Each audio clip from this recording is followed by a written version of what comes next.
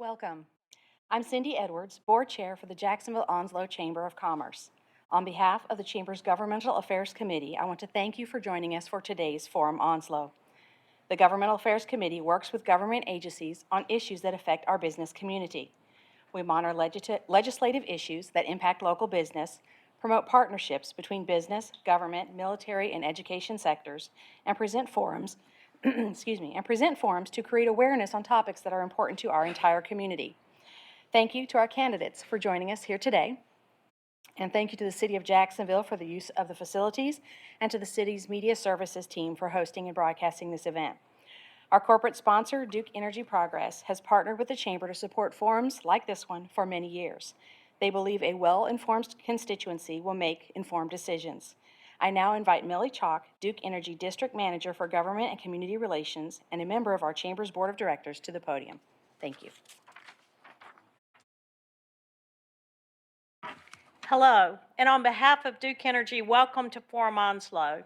Duke Energy is proud to partner with the Jacksonville Onslow Chamber of Commerce in sponsoring this forum focused on candidates running for North Carolina House of Representatives and the North Carolina Senate. In this uncertain world that we live in, we recognize voting is a privilege, and being an informed voter is our responsibility. I look forward to an informational session as our candidates outline their priorities for our region and the state. Duke Energy has a proud tradition of leadership and engagement in our communities and is proud to sponsor Forum Onslow. Now on to our candidates. All right. Well, thank you. My name is Elliot Potter. I've done a few of these before, and I know that I've seen a lot of you up here taking on these questions before. This is probably some of the most unusual set of circumstances that we've had to deal with. Very few people have politics on their mind right now, but it'll get going again and be in full swing in a little bit. So maybe this session will again help kick things off. And we hope to make it a very informative and sometimes entertaining session. I tell people that the purpose of the Chamber Forum is not to find flaws or to pick at candidates. It's really an opportunity to get your message out there and shine, if you will. We're not here to badger you or anything like that. We're here to ask you questions. And that's what we're going to try to do. Now, some of the questions this has always been a people's forum. And some of the questions came from other people outside that are on the Chamber's Governmental Affairs Committee, as well as people had an opportunity to fill out some of the cards here today, and I've gotten one or two of those. But again, we do hope to make it informative, enjoyable. And I was going to ask my first question. I was going to say, how do you get in a car without letting 10 mosquitoes in it at the same time? You know, to see what you had to say about that, because that'd be some valuable information, but we can get that information later. I think we all need it. We're going to, let me introduce to you my timekeeper, Caitlin Diaz. We've kind of gone over some of the rules for the time in a pre-meeting session here, but I will go over them again real quickly so that we'll know what the format will be. It's a format that does allow an opportunity for rebuttal. I will ask questions. You will be able to give an opening statement. Then I will ask questions, and for each of the questions, you will have 60 seconds to answer. You're going to see a series of lights down here. I've explained those. One to be a yellow light that'll come on with about 10 seconds to go. And then when you hit the red light, that means your time is up. And what I ask is not necessarily finish your thought, but finish your sentence. It may be a cutoff, and if you feel like it's something that you need to go further on, you can use your rebuttal later. But we do try to keep strictly to the time limits here. I also ask that you have those two rebuttals, by the way. I get ahead of myself. The rebuttal cards that you have in front of you, they give you an extra 30 seconds to add on to to your response. And when you will get that chance is at the end when everybody's answered their questions. You will get that opportunity to use those. Now, we had one kind of crafty politician who last time used their rebuttal card on their closing statement. Let's not do that. Let's just keep it strictly with the questions. If you don't get a chance to use it, we'll be with that. We'll have to live with that. Raise your card if you want to use a rebuttal. You'll have also an opportunity for summations. Your opening statement will be 2 minutes. Your summation could be 2 minutes, but it could be 1 minute, depending on how our time is running. We're going to ask the audience to refrain from applause during the program. We'll have a chance to show our appreciation after it's all over with. So if you don't have any questions about that, we can go ahead and start with the opening statements. I told the candidates earlier, I'm going to try to we have both candidates here, and let me introduce you. We have the NC State District 6 candidates, Harry Brown and Joseph Webb here. Thank you, gentlemen. We're going to try to keep your questions together, so I'll just alternate the best I can. If I get the order mixed up, know that I'm getting on up there in age and I can't always keep it together. But what we'll do is we'll try to ask the state Senate questions separate. They'll be the same questions, but we're going to try to keep their responses together so it doesn't get too confused. But keep in mind, too, that not all these gentlemen that are up here running for House are running against each other. In the NC House District 4 race, we have 3 candidates, and they're all here with us right now. Jimmy Dixon, who's the incumbent, Kevin Hayes, and Daquan Marcel Love. And I've had Daquan? Daquan, excuse me. Thank you. I must have got it wrong last time too, but I apologize. No, you got it right last time. Okay.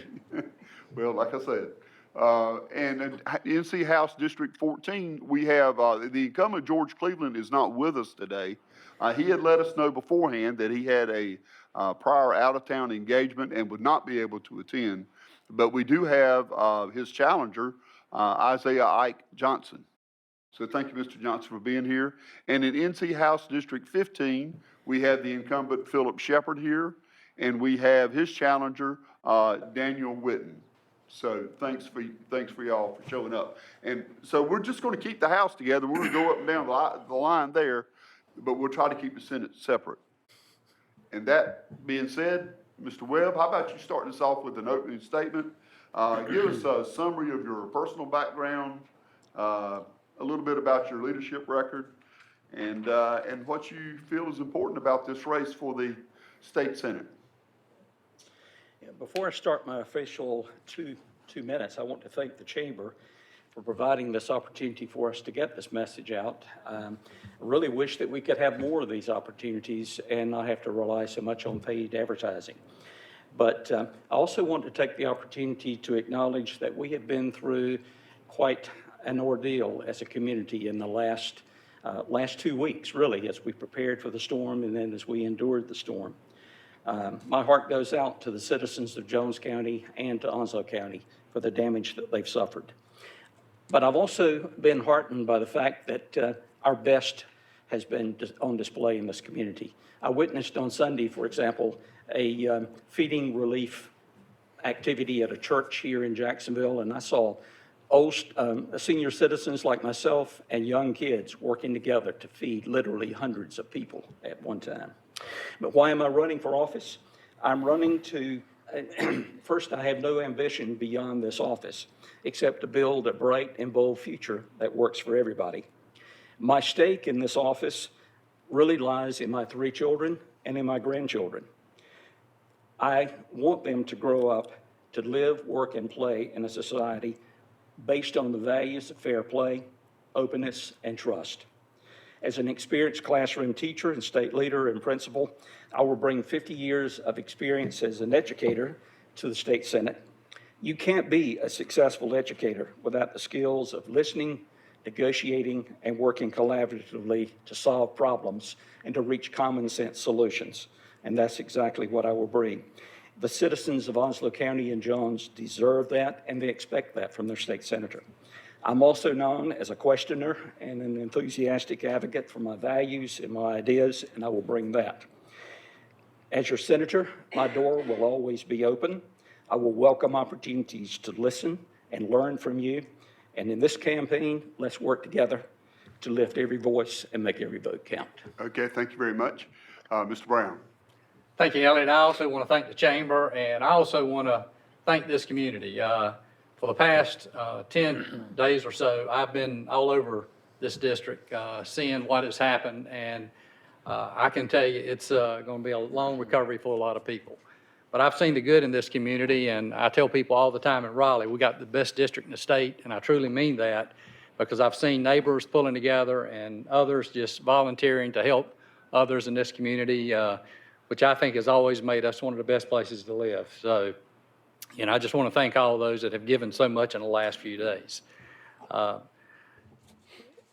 grew up in Jones County, and the reason I ran for this seat is, for 18 years I was in Jones County, and then went off to NC State and ran out of money and had to come home and get a job, and I got a job in Onslow County, and I've been in Onslow County ever since. I've been in the car business now for 42 years. I have 125 employees, and I've been active in this community pretty much all my life. I've been chairman of the chamber. I've been president of our Rotary Club. I was chairman of governmental affairs in the chamber. I served on the Military Affairs Commission for 20 years. I was president of North Carolina Automobile Dealers Association. I'm an Eagle Scout. I was the finance chair and the district chair for the White Oak River District of the Boy Scouts. So I've tried to give back to this community as much as I can.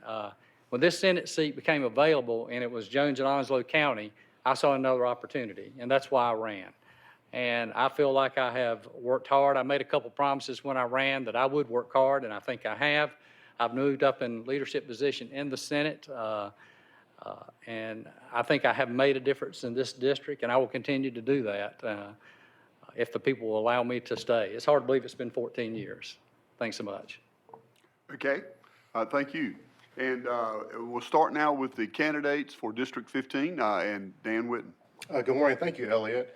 My name is Dan Whitten. I'm 32 years old. I'm a progressive running for office for House 15. Most of my experience comes from life.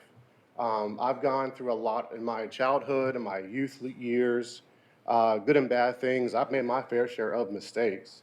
And I think that I am a successful product of both Dixon and Southwest high schools, second chances, and a lot of prayer from my parents and family and myself. So my goals for running for office is to bring a balance back to the conversation as a community.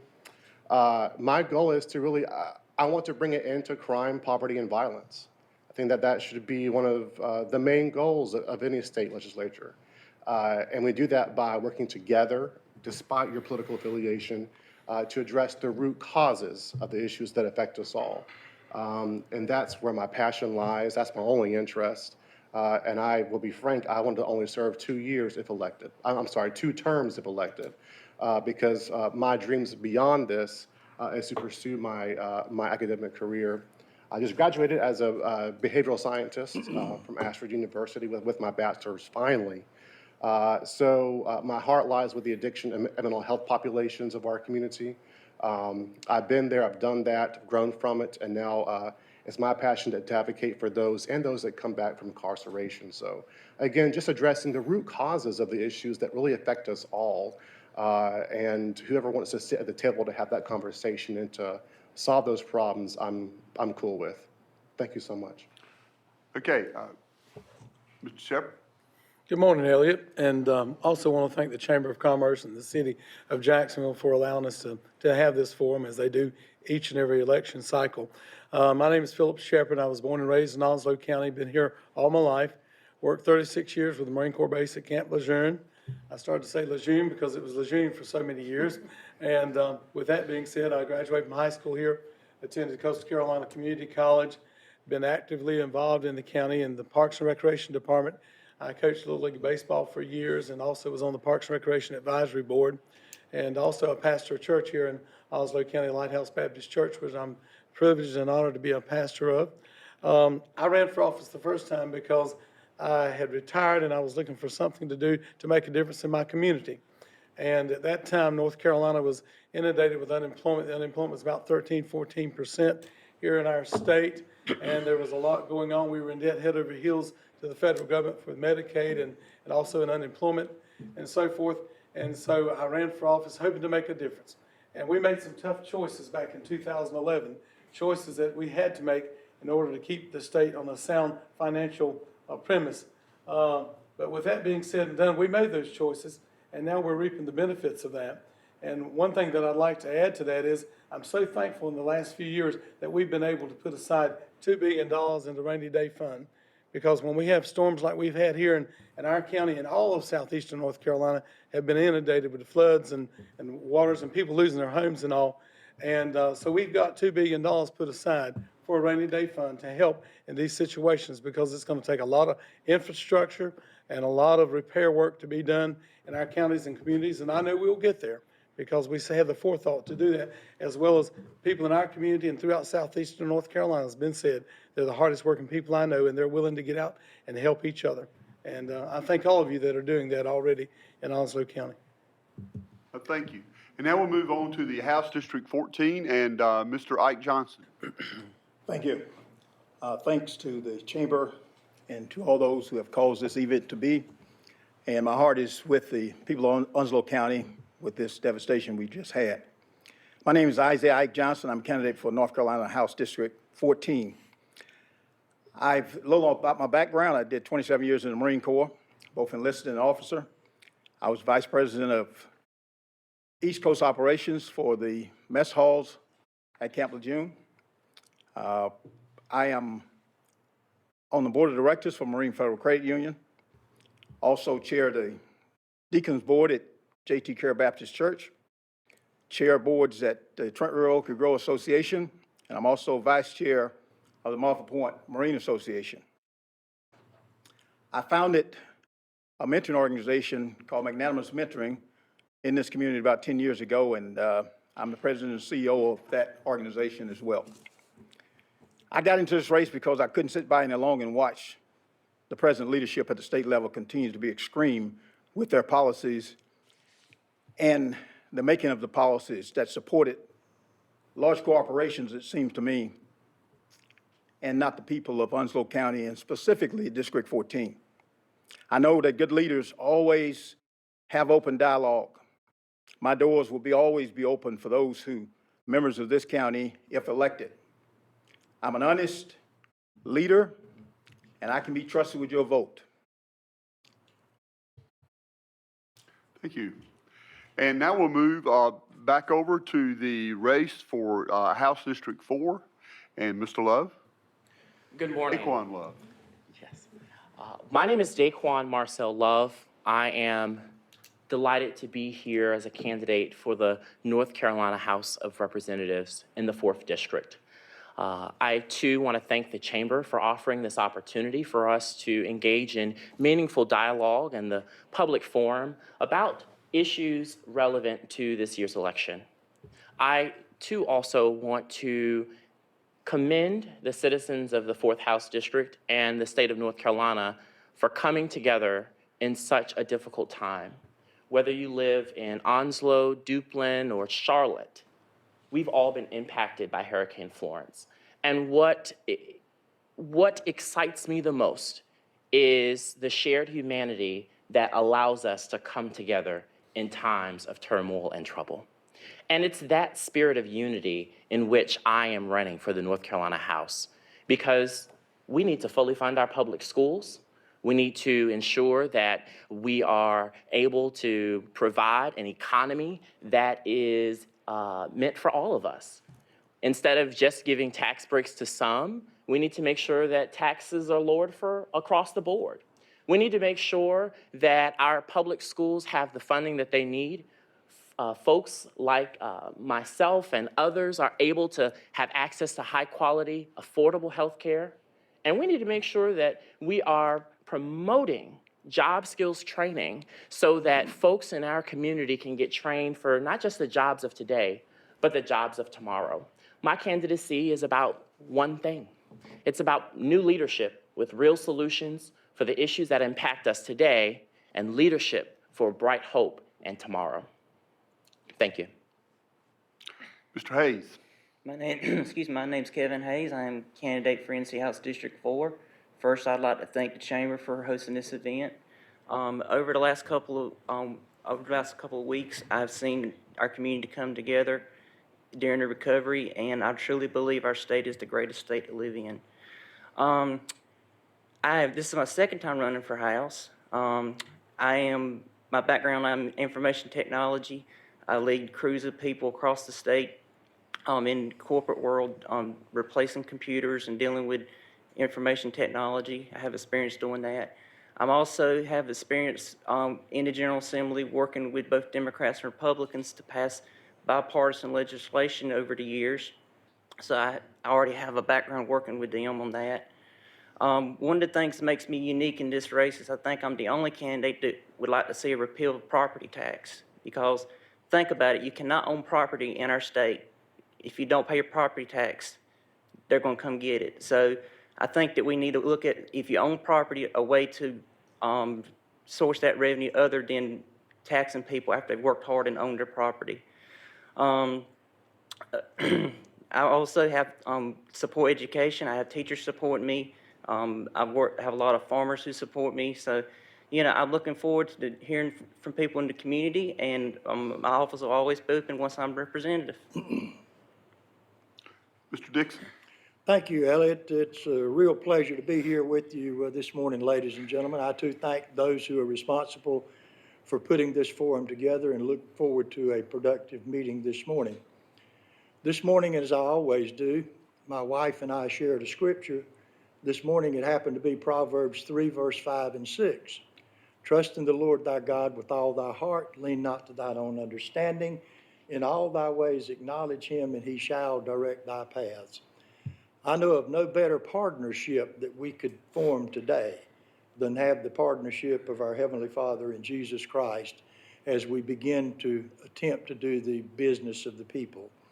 I was born on a small family farm in Duplin County, went to James Keenan High School, played football, was fortunate enough to get a scholarship to the University of Wake Forest, where I played football. I graduated and became a soap salesman for Procter & Gamble, and you ladies know a lot of those products.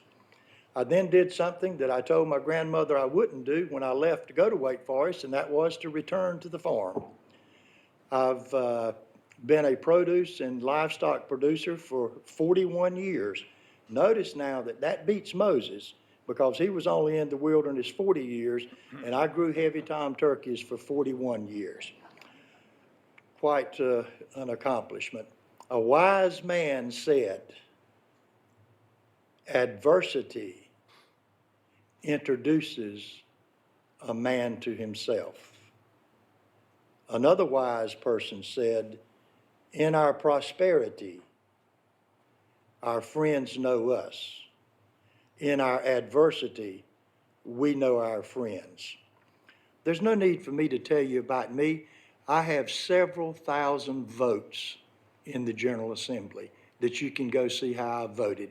Remember, experience matters and results count. Okay, thank y'all.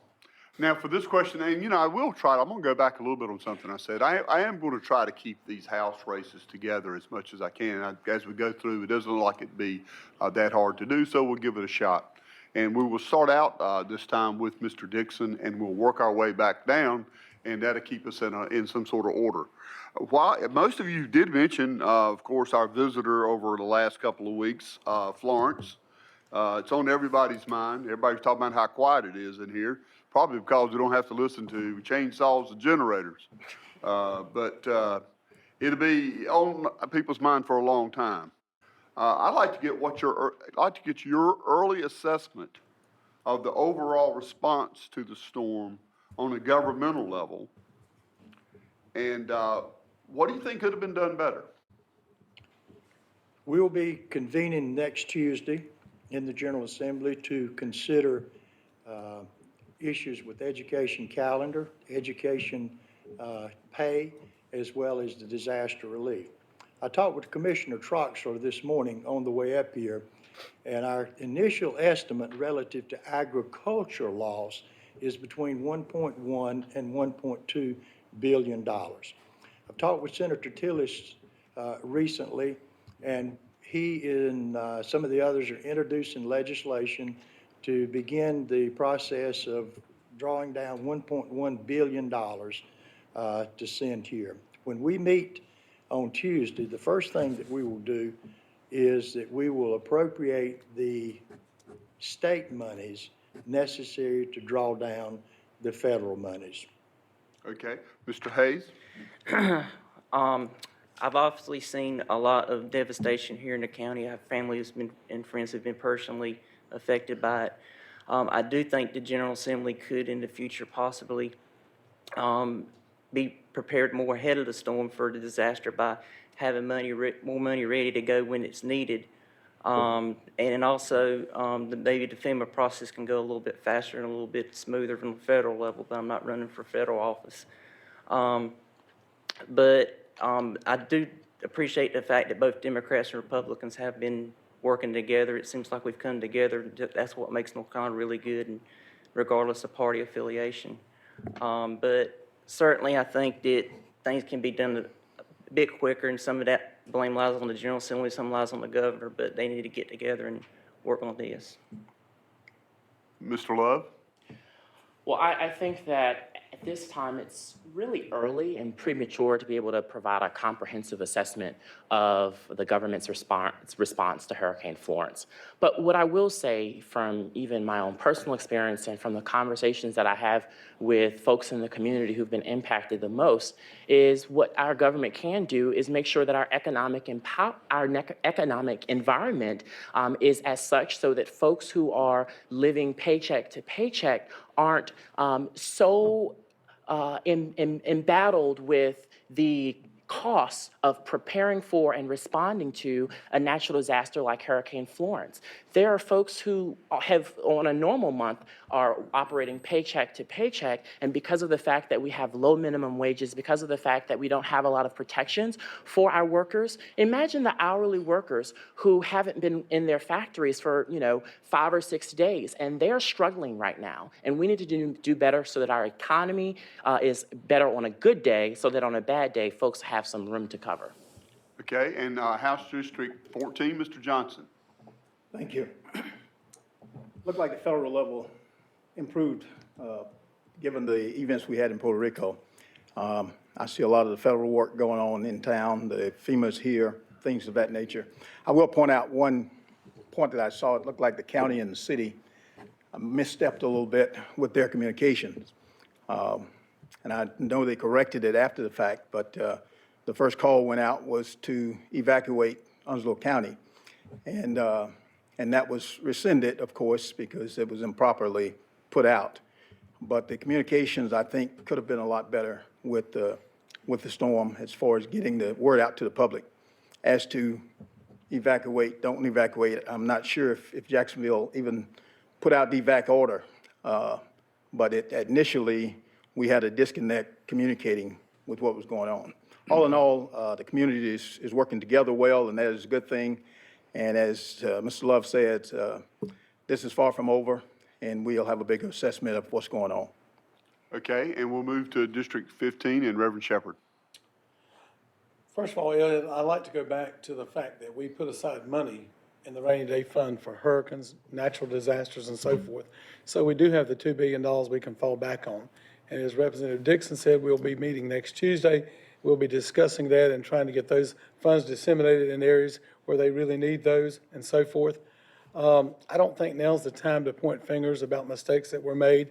I'm sure we will meet also again and when we get back on our feet, and we'll discuss the positive and the negatives. There's a lot of good things that have happened through all this with people coming together, working together, and people being on the ground and so forth. But there's probably some things that we can do better.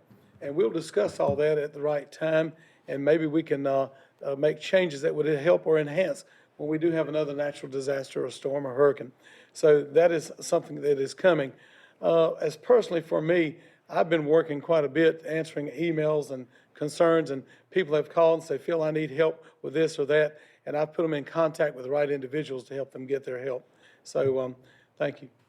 Thank you. Mr. Whitten. Thank you, Elliot. You can't really prepare to the utmost for any kind of act of God. If he wants to toss a hurricane our way, he's going to toss it our way. One of the things that I've seen through this is a lot of beauty, and that's what Daquan touched on, was the beauty of the human connection that has been reestablished in our community. I think it's really amazing to see people of diversity, just different opinions and ideologies, setting aside the things that make them different and look at their neighbors as a fellow American and a fellow human being. I think that's how we should approach all things when it comes to problem solving. One of the issues I think that could have been prepared for more perhaps is the pollution that is actually running back into the ocean from our waterways. That's one area of concern that I want to follow personally, and perhaps that could be, less pollution by some more responsible rules about what we dump in our waterways. Thank you so much. Okay, and so we'll move over to our state senate race. Mr. Brown. Thank you, Elliot. For the past few days, I've been on probably 10 different conference calls. One was to Senator Tillis in his office, and there's a bill in Congress, I think, where about $1.1 billion will be appropriated to North Carolina for this recovery. Also, we've been on several conference calls to talk about a schedule when we can go back in session. It looks like at this point, October 2nd, we will go up and we'll take up some education issues, probably to have some legislation that will forgive makeup days, make sure teachers are getting paid, those type issues. So those are in place and are being drafted now. Then we'll get back on October 9th and we'll probably allocate dollars at that session. I'm sure we'll have enough to make sure we can meet the federal match. And we'll probably look at some priorities that need to take place at that time. Also, I've been in contact with every community leader in my district, and there are a lot of local needs, and I'll continue to gather that information as we move forward. Mr. Webb. Yeah, it is indeed a busy time. We're literally having to put roofs back on our houses, shingles back on our houses, and if we use that as a metaphor and think about our community, this storm has ripped a lot of shingles off of our structure, and it's revealed some fault lines. I think the rainy day fund, we should have invested more in the before the rainy day fund, because we needed to harden our structures and make them ready for a Category 3 storm or greater. It really shocked me when I learned from our emergency manager in Onslow County that not a single shelter in Onslow County was prepared to bear more than a Category 2 storm. So we have to invest some dollars, some infrastructure dollars, in building those structures that will withstand that.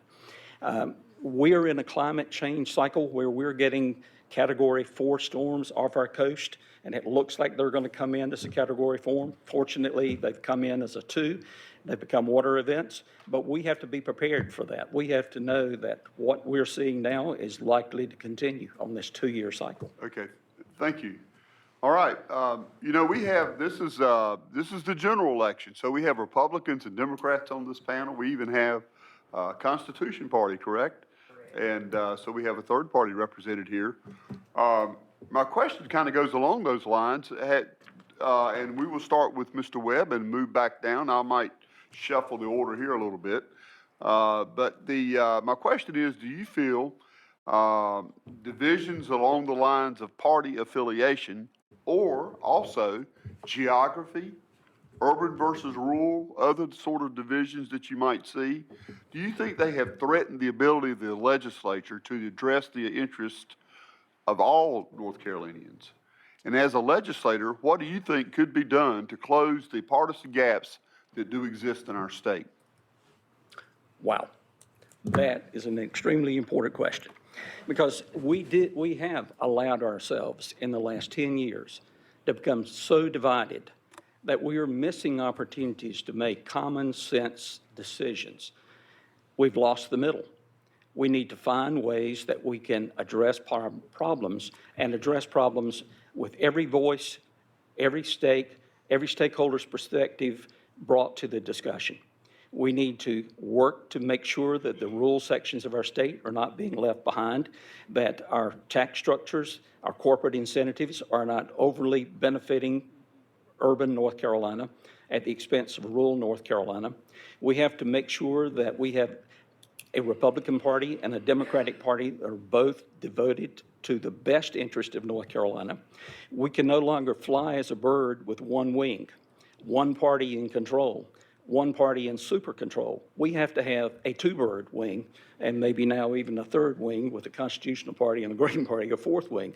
But we have to have all perspectives. Everybody who has a view has to have an opportunity to have that view expressed. Okay, thank you, Mr. Brown. Thank you, Elliot. The division on the party side, I think, is blown up a lot more than it is. I can tell you, I work with the Democrats every single day on issues up there. 98% of the time, we vote on bills and all agree. It's the 2% that you hear about, and that's what gets the press. So it's not as much as you think it is. As far as the urban-rural divide, that is definitely an issue that I have been fighting for the last 5-6 years. I think it's an issue in North Carolina that's a major concern for me. I think the power of the state is shifting to the metropolitan areas. If you look at how the representation is in the Senate, you have 5 senators from Wake County, you have 5 senators from Mecklenburg County, you have 5 senators that represent the whole coast of North Carolina.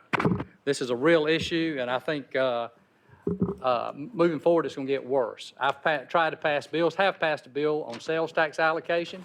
That's an issue. I've passed bills that helps with lottery dollars for the urban or the rural areas as well, and I will continue to push some of those issues because I think it's a major concern. Okay.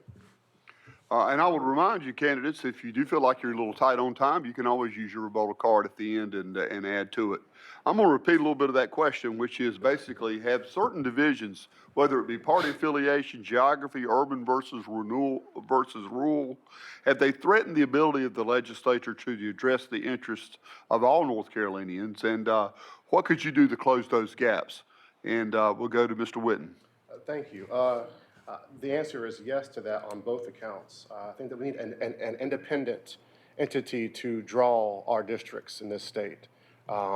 Any party that takes over any part of the General Assembly and redraws the maps in their favor, whether it's my party or the Republican Party, is unacceptable, and that's not appropriate.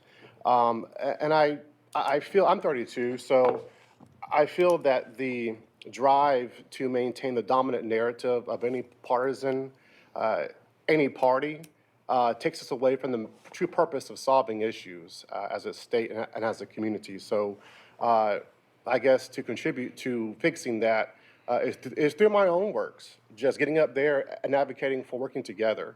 That's the only way that we can solve problems. Issues like our opioid challenges, our food deserts, those are not Republican or Democrat problems, they're human issues. And we should all work together towards solving those problems. Okay, and we'll continue with House District 15, Reverend Shepherd. Thank you, Elliot. I don't see the divide as far as Democrat and Republican as much as some people do. Like Senator Brown, you see more of the divide through the news. Usually 90% of the votes in the House are bipartisan, if not more. And there are some issues that are not compromised because everybody has their own political opinion or philosophy on those issues, and I understand that. I see more of a divide between the rural and the urban areas as we have grown to be more of an urban area. 60% of the representatives in the state of North Carolina, Senate and House, come from Charlotte to Raleigh on I-85. So that leaves 40% of the rest of the representatives in the state for the western part of the state and areas like eastern North Carolina. With that being said and done, we try to compromise on issues, for instance, the highway fund. You've got those same people fighting for those same dollars in Charlotte, Mecklenburg, and also in the Raleigh area and the more urban areas as we have here down east. So the funds are all now given by STI formula, which determines how many funds go where because of economy, because of jobs, and also because of people on the highways and so forth. So when you look at that, the urban areas are going to get more of those monies. So as Senator Brown has said, we're fighting every day to bring an equal part of those funds to eastern North Carolina, to our county. And that's difficult sometimes because we all want the same things. We all want better roads, we want better infrastructure, better schools. Thank you. Mr. Johnson? Yes, on both counts. It seems the parties are in two different corners. I entered this race partly because of that. Gerrymandering and other issues have gone to the Supreme Court in the last few years. And that tells me right there that we're not crossing the aisle and collaborating, because collaboration requires people to come to the table and see each other as equals, and then we get something done. It's obvious that both sides do that, but when you do it to the level of having the Supreme Court have to step in, there are some issues that we've gone a little bit too far. And this Congress and House has gone a little bit too far with several issues, And it's obvious that the Republicans on one side and Democrats are on the other side, but if you have a supermajority, you don't have to talk to me. So, and I think that's a lot that's going on in the State House. Okay, and now we'll move over, and Mr. Hayes, I'm gonna give you first crack at this question, to try to keep some sort of semblance of order here. And the question really is about, have divisions, whether they be, party affiliation or geography, urban versus rural, have they hindered the ability of our legislature? Absolutely, 100%. And that goes to, so just the way the General Assembly's been run currently, a lot of the laws are passed based on partisan advantage. I mean, when the Constitution Party got on the ballot, they didn't like it, so they voted to kick 3 of our candidates off, and we had to sue to get that done. Then a couple weeks later, they did the same thing with a judge that they didn't like. They changed the law, these ex post facto laws. But going back to what Representative Shepherd and Senator Brown said, if you look at the makeup of the General Assembly, a lot of the leadership comes from the Charlotte, the Wake County, the bigger areas, and Eastern North Carolina ends up not having a big enough force in the General Assembly. So I think certainly they should be looking at changing some of the rules and the makeup of their leadership so that more people have a voice in the smaller areas. And one last thing, I have a strong, I have worked with both Democrats and Republicans to get stuff done, so I know it can be done. Okay, Mr. Dixon? Obviously, there is a urban-rural divide. I'm going to take a little bit different approach.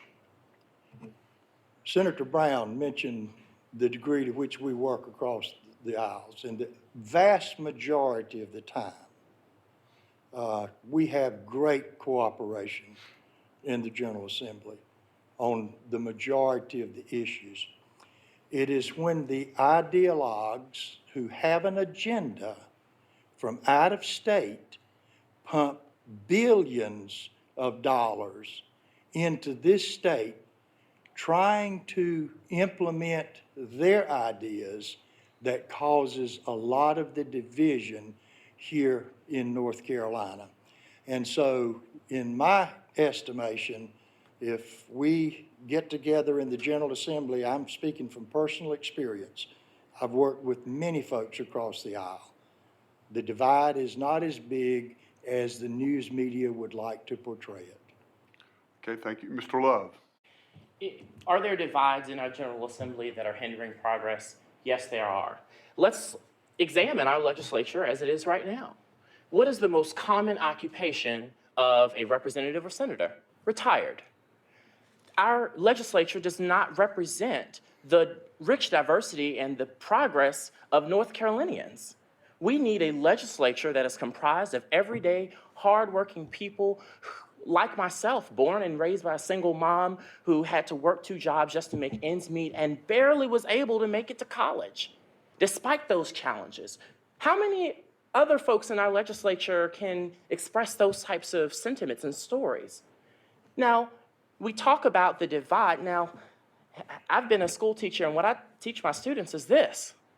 If you keep doing the same thing over and over again and expecting a different result, that's the definition of insanity. We need new leadership with real solutions. Send me to Raleigh, and I'll work for you.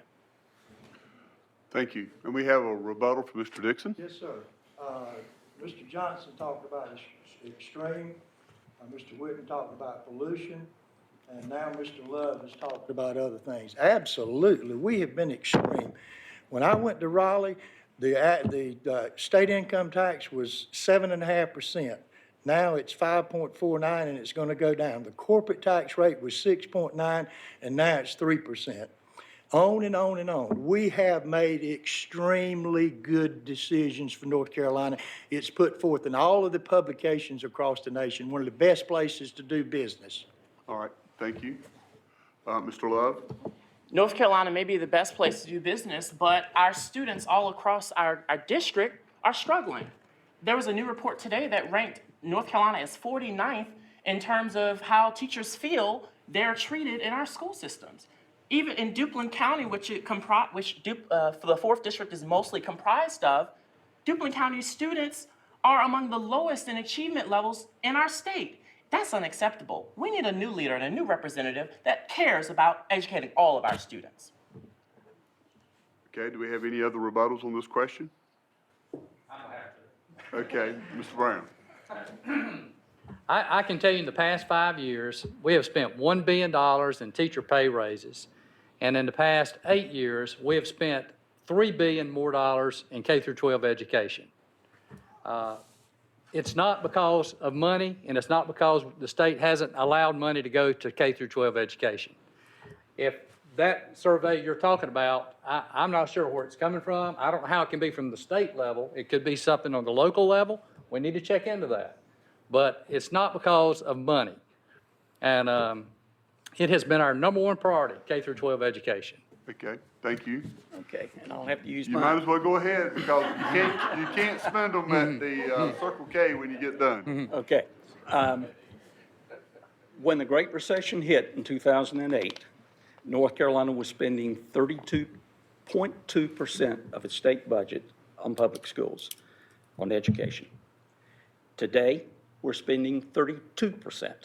So we have spent more dollars. We have increased the dollar amount for public education. But when adjusted for inflation and the actual percentage of commitment from our state budget to public education, we're barely holding even. We have teachers in this state who, at the highest level, $52,000, a $52,000 salary, living as a single individual, cannot afford to buy a house where you have to have $63,000 to qualify. So, no, Okay, we thank have you. not Thank you, done Mr. what we Webb. need to do. Yeah. Mr. Shepherd. Okay, I also want to reply to that because when we came into office in 2010, teachers were furloughed and state employees' salaries was frozen because we were in such dire straits. And as Representative Jimmy Dixon said, we made some very, very extreme decisions. But those extreme decisions have put us back into the place where we can give more raises, not only to teachers, but other state workers who are very important to this state as well, justice and public safety, highway patrol and so forth, who haven't had the raises teachers have. Total education, 57%, total education. K-12, 39% is spent, 5% on community colleges, and 13% on the university system. Okay. Mr. Hayes. As the only member up here who's not a Democrat or Republican, I think I should borrow in Article 1, Section 15 of our state constitution gives the right to education. And I have seen the Democrats for years to control General Assembly and education, but teachers weren't funded. Now Republicans are doing a better job. But I think we need to take a hard look at how funding at the local level is dispersed. And I've seen some of that in the infrastructure when I work in IT in schools. All right. Mr. Johnson, you're the last one, but if you want me to move on, I will. Okay, I'll give you the first crack at this question. How about that? There continues to be concern about the safety of our schools. This was a big issue right after Parkland shooting. What are your thoughts about how we can better protect our students in North Carolina? I think that's first and foremost in most parents' mind when they send their children off to school. Will they come home safely, given the events of the country? I'm opposed to a couple of things that have gone forward as far as safety go in schools. I'm opposed to teachers carrying guns. I think we can do this with resource officers, and I think we can do it well. Onslow County has resource officers in their schools, and I'm in the public schools once a week with a mentoring program, and I see that the school that I'm in, they're very busy. However, they are carrying guns, and if we can harden the buildings where we have single entrances where they can be covered, I think we can overcome this challenge that we have of school safety. We'll go down to District 4 candidates and start with Mr. Love and then continue on to your right. I'm going to give you the answer that I don't think anyone wants to hear, and that there's no silver bullet to addressing this issue of school safety. But what we need to do is take some initial first steps to ensure that there are policies and procedures statewide and locally that empower our teachers, empower our school administrators to be able to make the critical decisions and have the tools and resources that they need to ensure that our schools and our students are safe. We also need to make sure that we are taking a holistic approach, as I like to do in my classroom, and examine the social emotional needs of our students. Right now, social emotional learning needs, we don't even teach that in our education schools. We need to make sure that our teachers come out prepared to handle all aspects of our students, from safety, pedagogy, instruction, but as well as social emotional needs. And based on community, public, and private partnerships, we can make our schools safer. Okay, Mr. Hayes? I certainly don't think teachers should be hindered from exercising their Second Amendment rights.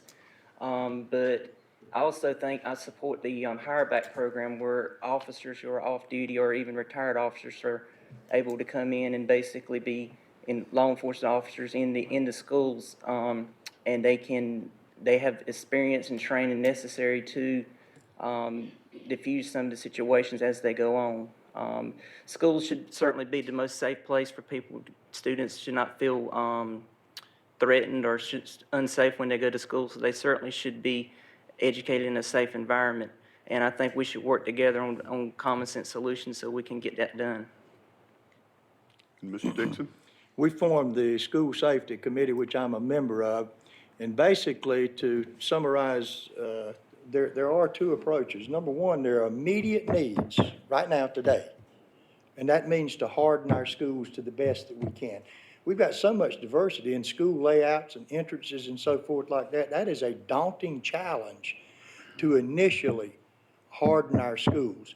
And then the long-range plan is to do those things which Mr. Love spoke about, to get our students more involved in understanding the difference in the sociology of where they come from. But ladies and gentlemen, make no mistake about it.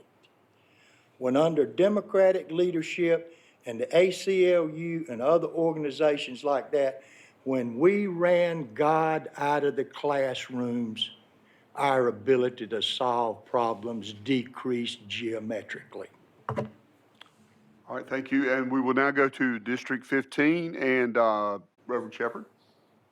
Thank you, Elliot. Again, I don't know that there's a sure solution to completely making sure that everyone is safe, but we can do things to harden our structures, our schools, security officers, as well as metal detectors and so forth, and all that is really good. But, you know, we really can't say if someone could be across the street in a car somewhere, they could shoot anybody at any time. You know, I believe we have to go back to the point that we need to, as once again in our schools, teach our children respect for one another and to be on the alert for people that they see there's a strange person in the area that they've not seen there before, and so on and so forth. And it all goes back to what they're taught at home as well, the children. They need to be taught respect at home and discipline. And when they get to school, it's not the teacher's responsibility to discipline the children and teach them those things. They should have those when they get to the school. And I'm all for spending the money we need to do to make the schools safer. But a lot of it starts in the home and in our communities, teaching children respect for one another and other people as well. Thank you. Mr. Whitten? Thank you. One of the best ways to solve that issue is to, you have to address the root causes of school violence. The SROs in every school is definitely a solution. And of course, there are older schools that have layouts that aren't really safe, that those could be brought up to specs. But one thing that should be done more proactively is bringing mental health into the schools, family-centered, where they work with the family members as well and the parents and the teachers, helping them identify the flags of what we call risk behavior, so suicide, aggression, stuff like that. Leadership classes, communication classes. That's how you solve those root causes to violence in the schools, by addressing them, by providing coping skills. And as a firm believer, God is still in the schools. Any teacher just can't tell you not to pray or to read your Bible. He's also just not imposed on everyone every day. Okay, now we're going to go to our state senate race, and we're talking about protecting the students in schools in North Carolina. Mr. Brown. Thank you, Elliot. This year's budget had about $30 million in the budget for school safety. The majority of that money was for mental health. And so I hope that we'll be able to address some of those mental health issues that students are dealing with throughout the state.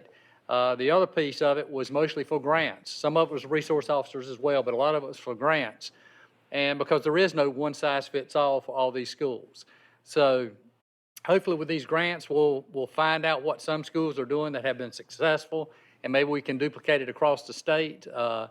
But you're right, I think most are right when you say one size doesn't fit all, and trying to come up with a solution that works everywhere. I don't think you can do that. I really don't. I think we just got to continue to work at it and see how these grants play out and see which schools are doing a better job, and then try to duplicate some of those across the state. Mr. Webb? Okay. Could you repeat every I'll element be of glad that to, question? if I can find my place. There continues to be concern about the safety of our schools. What are your thoughts, general thoughts, about how we can better protect our students in North Carolina? Okay. Yeah, I just want to make sure I had all the elements. Yeah, as a principal for 6 years at Queens Creek Elementary School, school safety was what kept me awake at night, the idea of school violence.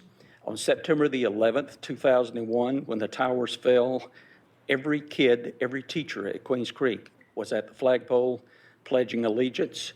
And so we had violence visit us in a visible way.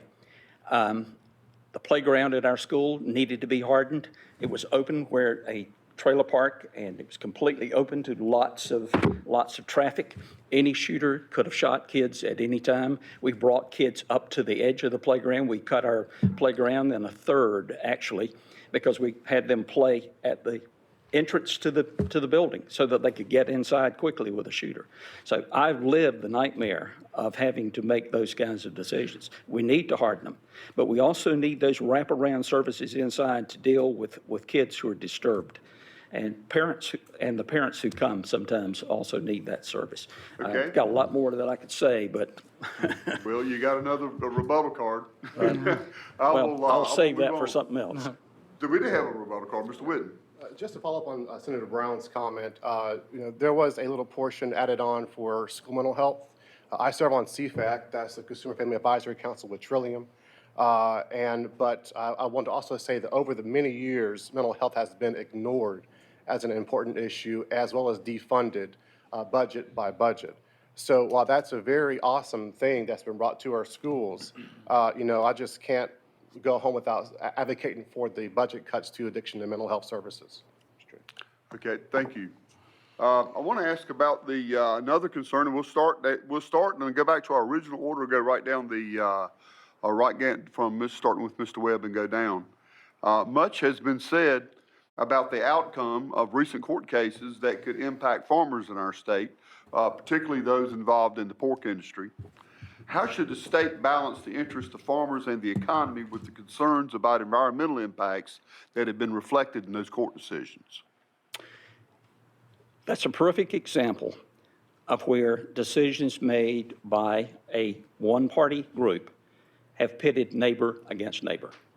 We should have been, instead of giving corporate tax breaks to Smithfield Farms, which is wholly owned by a Chinese company, rather than giving tax breaks to them, we should, part blank as a part of corporate tax, we should have had a tax incentive that said, we want you to have environmentally friendly practices. We want to also give the farmers the opportunity to invest in building those environmentally friendly practices. We could have avoided the lawsuits. We did not have to have a situation where hog waste was blowing in the wind. We could have invested dollars up front to provide the environmentally friendly farmers that we need. And that's what I will work toward, to finding a solution before we have to go to court. It's been an exercise in pitting neighbor against neighbor. And again, there's more that could be said. Mr. Brown? I'm going to have to totally disagree. These farmers that are being sued have never violated or been cited for any type of regulatory violation of any kind. They have played by the rules as the rules are played out completely. And yet they're being sued on a nuisance claim that some trial lawyer from Texas has come in and created and have put these guys basically out of business. And everybody wants to say it's Smithfield. Well, it's not Smithfield. Smithfield contracts with thousands of small farmers across this state, many of them in my district, who are being affected by this lawsuits. And some of them are being put out of business because of trial lawyers from out of state. That's flat wrong. I've been to those sites. Those farms are the cleanest farms you'll ever go to. You need to take a visit and look at them and see what I'm talking about. Those farms are clean farms. Those people do a good job. It's how they live and how they pay for their kids' education. They are wrongly targeted, and I can't believe we had a governor veto that Farm Act bill to help protect those farmers. That was wrong, and that's why we had to override that veto. Okay. Let's go to House District 15 candidates and start with Mr. Whitten. Thank you. I'm not a fan of petty lawsuits in any kind of regard. As one of the co-founders of the Onslow County Food Council, I really support our farmers. They are the heartbeat of our rural economy. And I am a huge advocate for improving and bringing back our local and youth farmers, whether it's farming, local produce that is sustainable. But one thing that could have been done if I were in office is I like to be proactive. There were no solutions given as to what those farmers can do better with their waste. One solution could be biomass to create electricity from that waste. We have NC State up there, some amazing brains up there that could put together ideas on how to take that waste from the farmers as well as the petty lawsuits and to provide solutions, not just complaints and problems. Thank you so much. Okay, Mr. Shepherd? Thank you, Elliot. I'd like to respond to that in another way also. The farmers that are farming now, the hog farmers, the pork farmers, they are going by the rules that were put into place before I ever arrived in Raleigh. As a matter of fact, it was a Democratic-controlled General Assembly that set most of those rules up at that time. And so, but they're playing by the rules. They're doing exactly what the rules allow for. I've visited several of those farms myself, and when you're there at the lagoon, there may be a smell, but when you get out on the highway where most of the people live, you don't smell anything. It's no different than Weyerhaeuser Company, the smell that you get from that in Canton or either in Vanceboro or Riegelwood. It's the same thing with the landfill the county's got out in southwest area where I live. A man called me one day, he said, Phil, I guess if we can sue the hog farmers now and take away their livelihood, I can sue the county because I have to smell the landfill all the time. So where does it end? It was just an opportunity, an opportunist lawyer coming in promising millions of dollars in settlement to put these people out of business. It's a shame that people that work hard, give back to their communities, and provide every day are the ones being attacked in this situation. And Okay. shame on the government. Thank you, Mr. Johnson from House District 14. I support the farmers. I grew up on a farm down south. However, I don't hear the solutions. I hear us defending and putting forth different things, but there has to be some solutions. I know Smithfield has solutions in Virginia, and I think they came to North Carolina, and the fence was, the gate was open and started to do business here with the lower threshold, and that's where we find ourselves at this point. I agree with Mr. Webb. I think there should be money appropriated to help the farmers get out of the mess that they're in. The smell is not going to go away. We had with this storm, we had breaches of ponds. I drove by a road where I couldn't take it in my car. But let's find solutions for the farmers. It's the heartbeat of our economy, and I think solutions can be found if we look for them. Thank you. Okay, now we'll move to District 4 and the candidates and Mr. Love. How should our state balance the rights of farmers with those of other citizens in the community? I think it's simple. We need to sit down at the table of brotherhood and have conversations. We need to talk about these issues, and I think that the job of a representative is to represent everyone in their district, whether they be farmers or they be other citizens in the district. Rather than taking sides, what we need are real leaders who will sit down and bring people to a table to talk about the issues. Our agricultural economy in many parts of this part of the state, it is the backbone of our state's economy. It's the #1 industry. We can't refute that. But then again, why would we want to limit the rights and the freedoms of individuals to utilize their constitutional right to have their grievance heard out in court? I just think that that's why we have a court system. If there's a dispute, our court system is there to mediate. Thank you. Mr. Hayes. Having grown up in Mount Olive area. I have family who are hog farmers, and I would smell the odor growing up, but I will say it's got a lot better over the years with the different rules and regulations that have been put in place, and they're doing a much better job with that. I do not support petty lawsuits where people can come in and sue for millions of dollars and try to put people out of business. But I also think that this has turned into a partisan issue when we can find a bipartisan, even tripartisan way of solving these issues. We need to work with farmers and find a way that doesn't hinder them. And I see it's improved over the years. I have seen that. And I have family who are farmers, and I have a lot of farmers who support my campaign. And I've talked to them about how can we improve that, and they've given me some ideas, and I look forward to taking that to Raleigh and expressing it to, and getting some legislation passed that will help with the situation. Mr. I'm Hicks? going to have to show great restraint because the absolutely uninformed, I cannot believe how uninformed some of you are. We don't need solutions.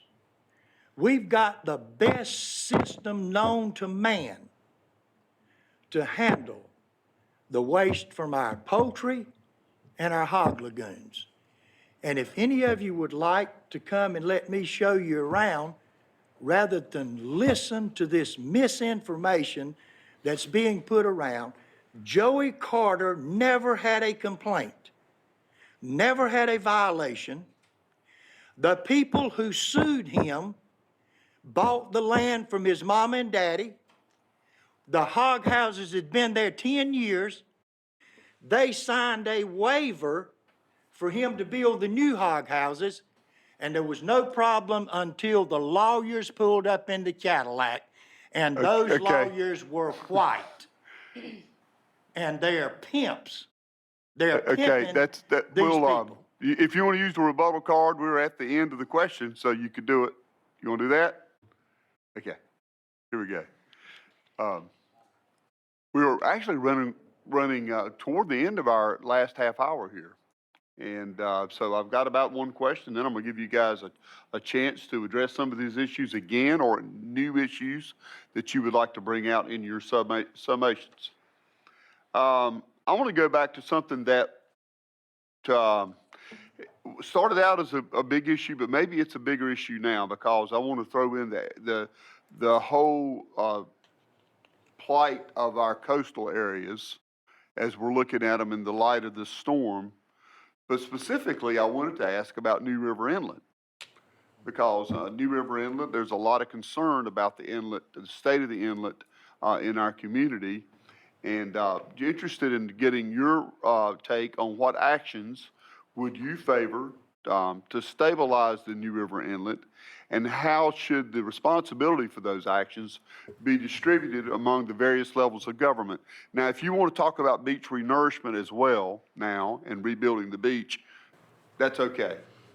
But I want to start with the New River Inlet and go from there. Mr. Dixon, let's start with you and go all the way down. Thank you. On issues like that, I look to my colleagues, Senator Brown and Senator Shepherd. They have much more knowledge about that than I do. Our beach communities are vital. I look to the legislators who are more familiar with that than I am, and I attempt to follow their lead. Mr. Hayes? Certainly, I would rely a lot upon the people in the leaders in the community and get input from them as far as what the needs are. I have family who lives on the coast, and certainly I think that we need to protect the coast and make sure the dunes are built better to protect from storm surge. But there comes a point when no matter how much you prepare, something like this happens, and we just have to recover from it. So certainly I think we should have study the issue and get input from leaders and follow the advice of those who are knowledgeable of the issue. Mr. Love? You know, my leadership style is very simple. I like bringing folks together to have conversations, listening to multiple vantage points, and then coming up with common sense solutions to address the issues. Now, with the New River Inlet and with our coastal front, I think that the thing that we need to do is make sure that our state governmental agencies that are charged with helping to protect our coast are fully funded. You know, the same folks that like to say, well, we gotta do this and we gotta do that, are the same folks that have been cutting budgets from the state governmental agencies that oversee these projects for years. We have to make sure that our state governmental agencies are fully funded and they have the tools and resources to do their job. And if we can do that and then bring people together, have conversations, work with our local, state, and our federal officials on this, then we can make some progress in this area. Mr. Johnson? We have one of the largest bases here on the East Coast. And as you mentioned, I think it should be a tri-approach, local, state, and federal, to fund and solve this problem. The Marine Corps used the inlets as well, and I think sitting down at the table and coming with some solutions I'm sure we'll be able with the Corps of Engineers to solve this problem. Thank you. Okay, thank you. Mr. Shepherd? Elliot, that's something that we've been working on for some time.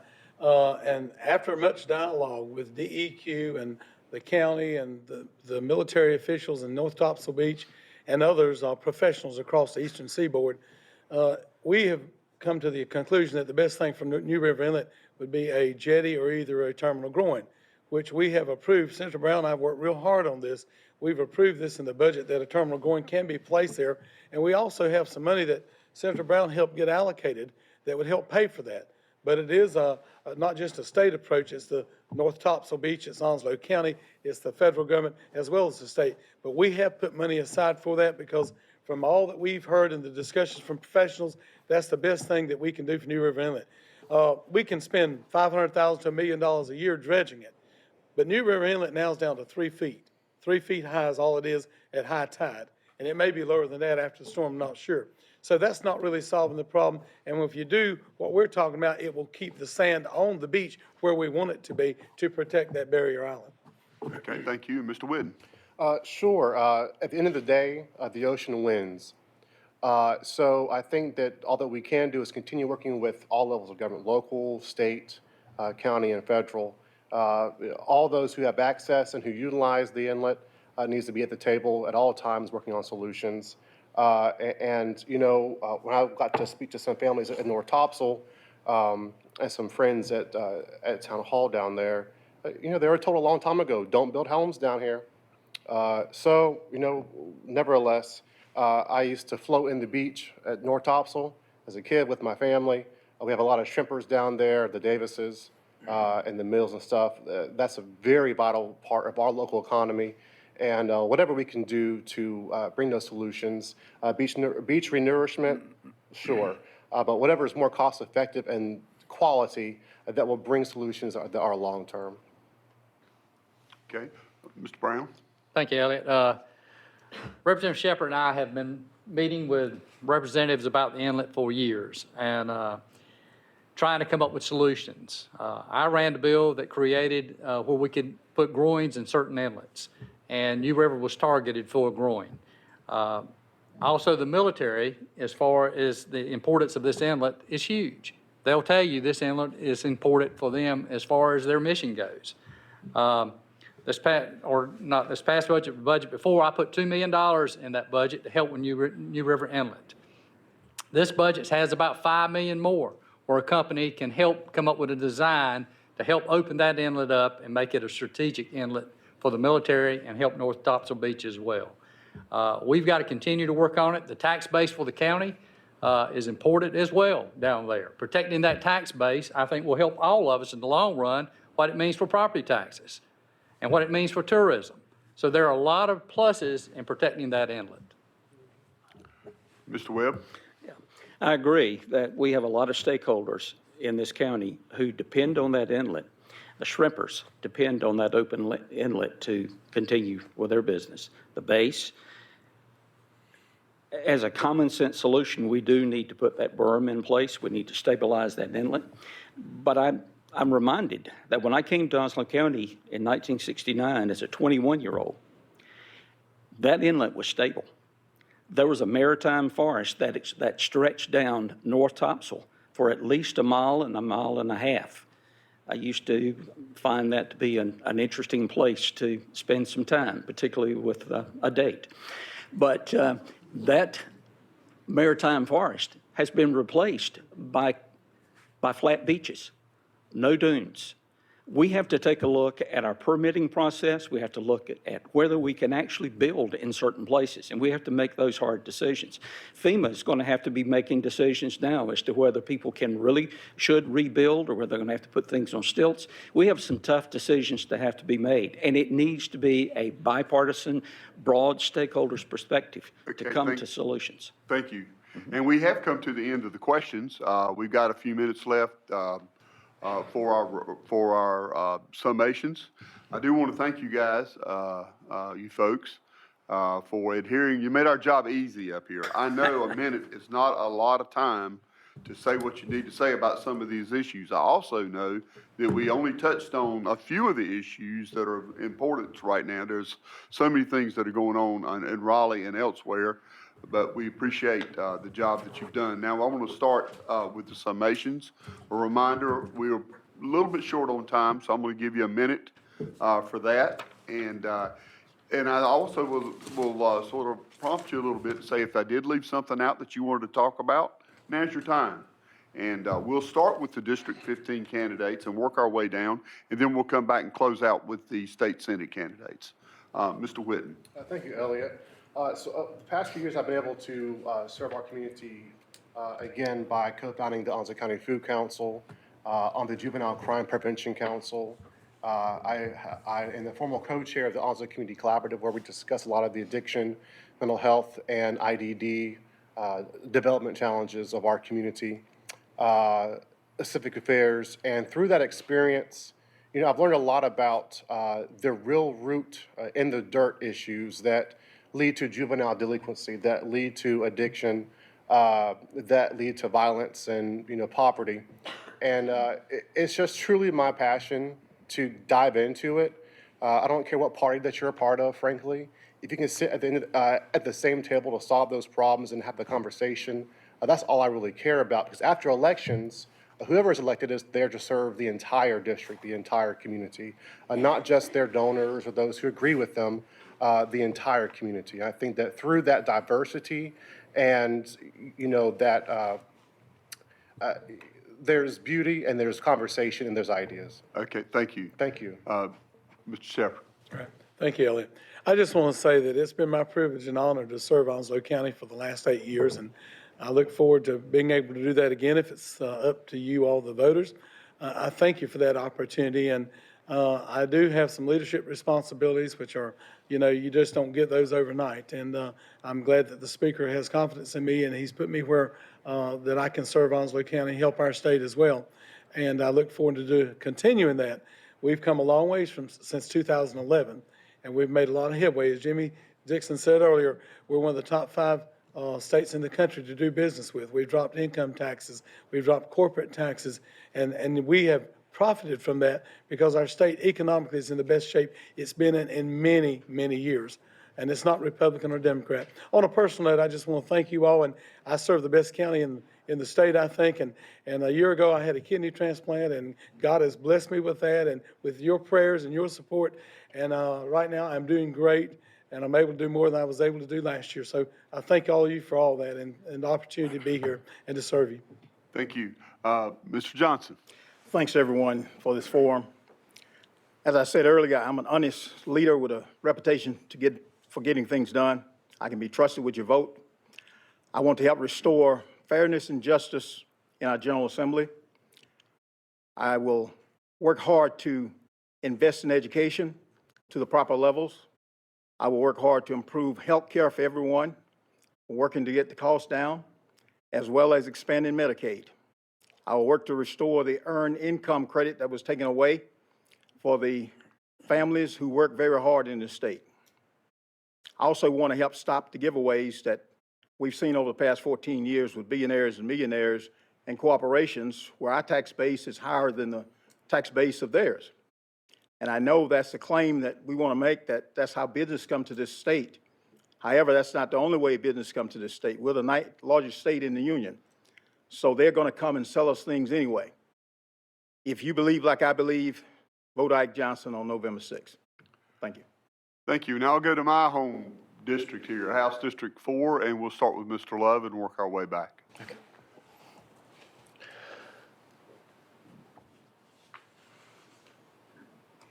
As we saw today, there are clear differences in this election. My name is Daquan Marcel Love, and I'm asking for your vote. I'm asking for you to send me to Raleigh so that I can work day and night across party lines, across geographic lines, across occupational lines to ensure that every child in the state of North Carolina receives a high-quality public education, to ensure that every person in this state who wants to go to work and put in an honest 40 hours a week can afford a livable wage, to be able to afford to live in this state. I'm running and I'm asking for your vote because the future is at stake, and we need new leadership with real solutions for the problems of today and to prepare for the future of tomorrow. Thank you, and God bless you. Mr. Hayes? Thank you, Elliot. My name's Kevin Hayes, and I'm asking for your vote. If you want a candidate who will uphold our oath, uphold the Constitution, I'm your candidate. I have a strong record of working with both Democrats and Republicans to get legislation done on a bipartisan way in the General Assembly. I also think to distinguish me as I'm the only candidate that I'm aware of that wants to give you the right to own property. If you have to pay property tax, you don't have the right to own property. So I think that we can find a better way to fund things like that. I want to work on education. I have teachers who support me, and I want to fight for the rights of farmers. And we can do things better, and I look forward to it.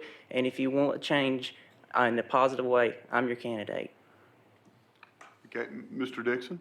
Thank you, Elliot, and thank everybody for being here in attendance today. Ladies and gentlemen, I voted proudly for Donald Trump. I voted for Pat McCrory. I have an A+ rating from the NRA. I'm fully endorsed by the Right to Life. I'm chair of the Agriculture Committee. I'm chair of the Environmental Review Commission. I'm chair of the Agriculture Appropriation Committee. I'm not up here telling you all what I'm going to do. I'm inviting you to look and see what I have done. Thousands of votes, thousands of votes. Experience counts and results matter. Look at the economy, honestly look and wade through the vast truckloads of misinformation that those who demand tolerance do it so intolerantly. We are in good shape in North Carolina. I would appreciate your vote. Okay, thank you. And now we're going to move to our state Senate candidates, and Mr. Brown. Thank you, Elliot. Again, I want to thank the citizens of Onslow and Jones County for electing me for the past 14 years. It has been an honor to represent the only two counties I've ever lived in. I agree with Jimmy. Look at my results. I've moved up to be in the number 2 position in the state Senate. I'm the main budget writer in the state Senate. I put together the state budget. I serve on every key committees in the Senate. What I've done for my district, I got $8 million in a budget to build a career tech center, which was a goal of mine when I first got elected. I got the county of Jones County about $30 million to where they can build a new K through 12 school. I got $2 million to build a mental health center here in Onslow County. I got over $2 million in the budget to build a new tower out at Albert J. Ellis Airport to help with economic development in Onslow County. I got $370,000 to finish the Moffett Point Memorial. I get results. I work hard. Nobody outworks me, and I'll continue to do that. I ask for your vote. Thank you. And Mr. Webb? Yes. This morning when I left my daughter's house where we've been staying without power, I noticed on her family bulletin board the phrase, "What matters?" And that's a question that she asks every day, or that she faces every day she walks out of that house.